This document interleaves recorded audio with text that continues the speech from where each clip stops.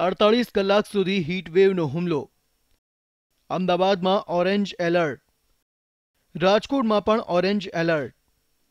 ગરમીથી સૌ કોઈ ત્રાહિમામ પોકારી ઉઠ્યા છે.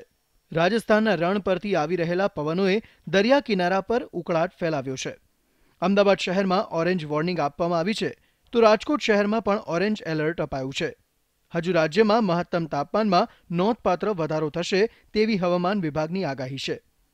पूरा जो Saurashtra Kutch coastal area also south Gujarat north Gujarat ये सब में रहेगा एंड ये 16 तारीख को थोड़ा टेम्परेचर में थोड़ा कमी आएगी और फिर से 17 तारीख से फिर टेम्परेचर बढ़ने लगेगा एंड फाइनली 20 तारीख से हमको हीट वेव से राहत मिलने का उम्मीद है. સૌરાષ્ટ્ર ગરમીમાં શેકાઈ રહ્યું છે. રાજકોટ શહેરમાં વર્ષ 2009 પછી સૌથી વધુ તાપમાન નોંધાયું છે. રંગીલા રાજકોટ વાસીઓનું જનજીવન અસ્તવ્યસ્ત બન્યું છે.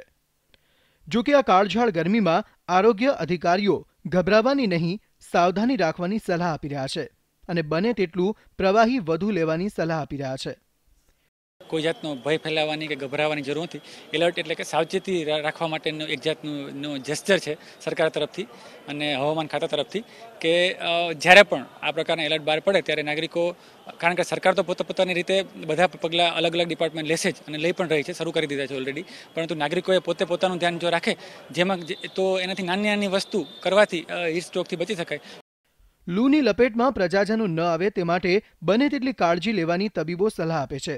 જો કે આવી ગરમીમાં બને તેટલું સીધા સૂર્યપ્રકાશના સંપર્કમાં આવવાનું ટાળવામાં આવે તો હીટ વેવના હુમલાથી બચી શકાય. અમદાવાદથી વિભુ પટેલ અને રાજકોટથી અંકિત પોપટ, ETV ન્યૂઝ.